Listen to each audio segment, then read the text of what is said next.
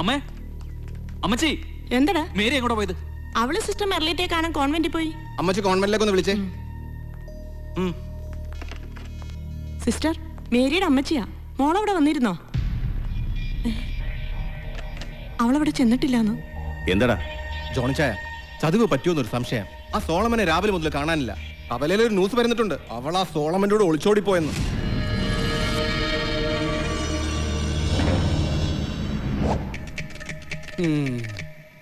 അപ്പൊ ഇതൊക്കെയാണ് സോളമന്റെ പ്രശ്നങ്ങൾ.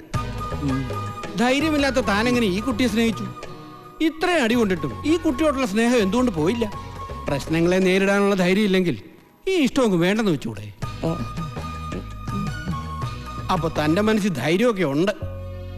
യാതൊരു കാര്യപ്രാപ്തി ഇല്ലെങ്കിൽ തനിക്കൊരു സംവിധായകനാകാൻ കഴിയില്ല, സീരിയൽ ഡയറക്ട് ചെയ്യാനും കഴിയില്ല. താനൊരു കാര്യം ചെയ്യും, ആദ്യം ആ സീരിയൽ അങ്ങ് പൂർത്തിയാക്കാം. അതൊന്നും ഇനി നടക്കൂല പോത്തൻ ഡോക്ടറെ. യൂദാസായിട്ട് അഭിനയിക്കുന്നവൻ വാർക്കപ്പണി കളഞ്ഞു വരാൻ പറ്റില്ലെന്ന് പീലാത്തോസിനെ വിളിച്ചപ്പോ അവൻ പിന്നെയും കൈയഴുകി. തട്ടുകടയിൽ എന്നും പ്ലേറ്റ് എഴുകലാ പണിയുന്നു. എല്ലാം പോട്ടെ, ഉണ്ണീശുണ്ടല്ലോ വല്ലാണ്ട് വളർന്നു വലുതായി. ഇപ്പൊ 2ാം ക്ലാസ്സിലാ. ഇനി അതൊന്നും നടക്കില്ല ഡോക്ടറെ. പരിഹരിക്കപ്പെടാത്ത പ്രശ്നങ്ങളില്ല. പ്രശ്നങ്ങളെ ധൈര്യത്തോടെ നേരിടണം. ധൈര്യം വെക്കാനുള്ള എന്തെങ്കിലും മരുന്നുണ്ടോ ഡോക്ടർ? മരുന്നോ?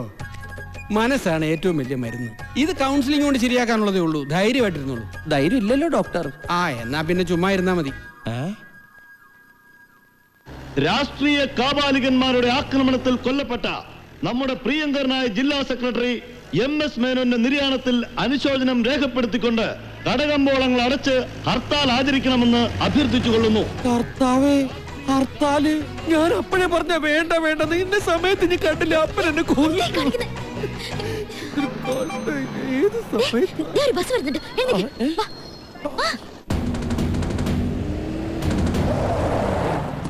ആ കുഞ്ഞാട് എങ്ങോട്ടാ പോയത്? എന്നോടൊന്നും പറഞ്ഞില്ല. എന്താ ജോണിക്കുട്ടി? ഏയ് ഒന്നുമില്ല. അവരെ കുറിച്ച് വല്ല വിവരവും കിട്ടിയോ? ആരെ കുറിച്ച്? അല്ല, ഒരു കരക്കമ്പി കേട്ടായിരുന്നു സോളമനെ അവിടുത്തെ കൊച്ചിനെയും കാണാനില്ലാന്ന്. വല്ലവനും പറയുന്നതായിട്ട് വേണ്ടാതിനും പാടി നടന്നുണ്ടല്ലോ. അല്ലെങ്കിൽ പിന്നെ നിങ്ങൾ എന്തിനാ ജീപ്പ് എടുത്ത് ഇങ്ങനെ പരക്കം പായുന്നത്? നിന്റെ അമ്മച്ചിക്ക് സംബന്ധം ആലോചിക്കാൻ അറിയണോടാ. കോൺവെന്റിൽ പോയ പെങ്ങളെ കുറിച്ച് വല്ല അനാവശ്യം പറഞ്ഞാലുണ്ടല്ലോ, വിവരം അറിയുന്നേ. അറിയും. ഹർത്താലിൽ പരക്കിയ ആക്രമണം. കൊല്ലപ്പെട്ട MS മേനോന് അനുശോചനം രേഖപ്പെടുത്തി നടത്തിയ ഹർത്താലിൽ വ്യാപകമായ കല്ലേറും അക്രമവും.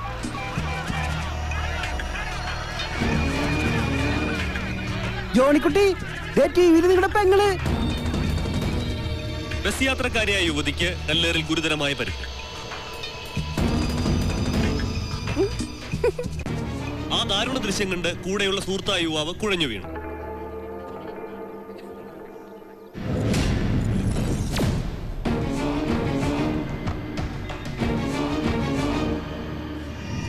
ജോണിക്കുട്ടി, ഇനി നാട്ടുകാരറിയോന്നുള്ള ചമ്മല് വേണ്ട. ടൗണിൽ ആശുപത്രി ചെന്നാൽ 2നെ കൈയോടെ പൊക്കാം. എന്നിട്ട് മാന്യമായിട്ട് അവരുടെ കല്യാണം നടത്തി കൊടുക്കുക.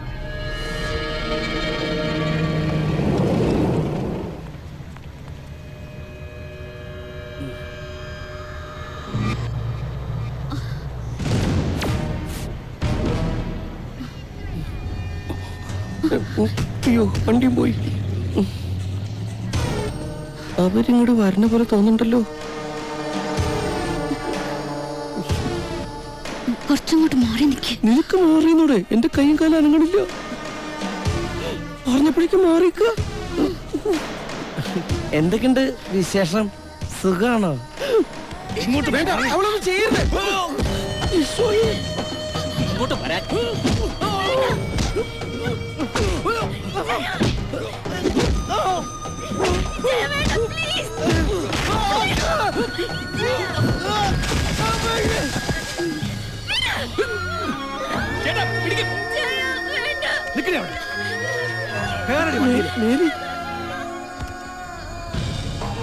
ജോൺകുട്ടി, വേണ്ടോ?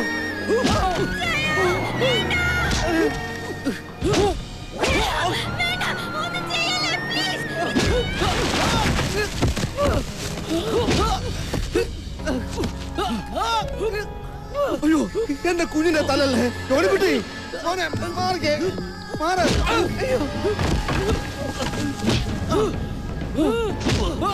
എന്റെ കുഞ്ഞിനൊന്നും ചെയ്യരുത്. അപ്പനത്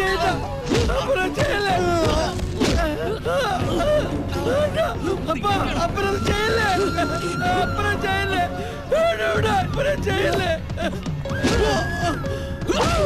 അയ്യോ കുഞ്ഞിനെ തല്ലാടാ. ഇനി നിന്റെ നിഴൽ അവളുടെ ദേഹത്ത് വീണ കുടുംബത്തോടെ കത്തിച്ചു കളയും ഞാൻ, കേട്ടോടാ. വാടാ.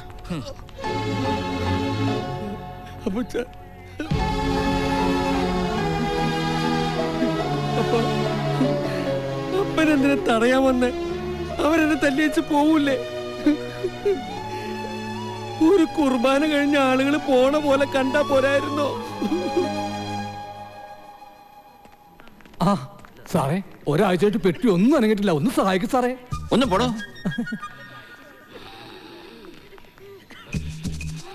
അത്യാസന്ന നിലയിലാണെന്ന് തോന്നുന്നു. ക്രിസ്ത്യാനിയാണല്ലേ? അതെ. എന്താ? അല്ല, ഹൈറ്റ് ഒരു 5'2" കാണായിരിക്കും അല്ലേ? കാണും.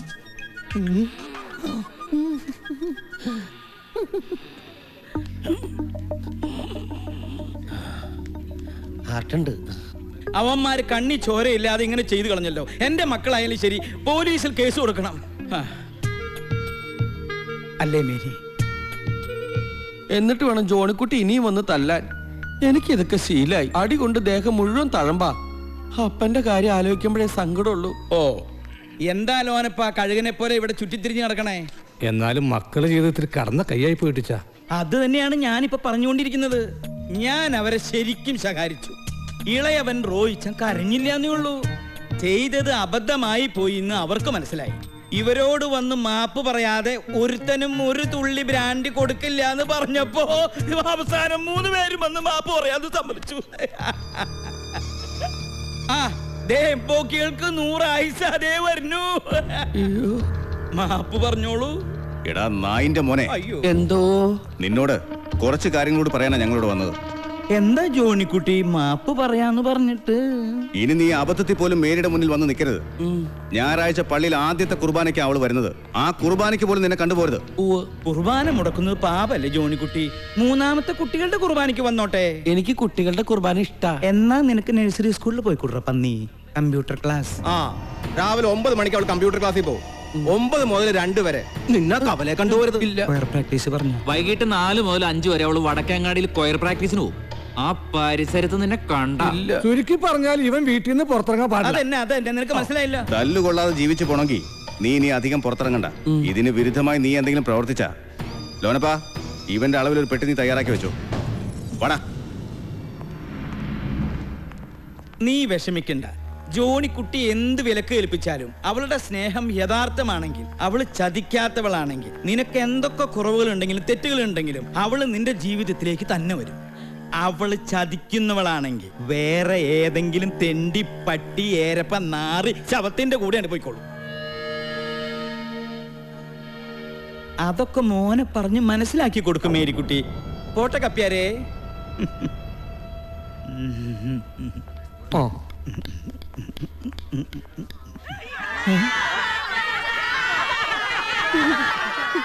ഗ്രേറ്റ് മാൻ. ഇത്ര പെട്ടെന്ന് അങ്ങനെ കയറ്റി അയക്കുമെന്ന് ഞാൻ വിചാരിച്ചില്ല. Thank you sir. Thank you.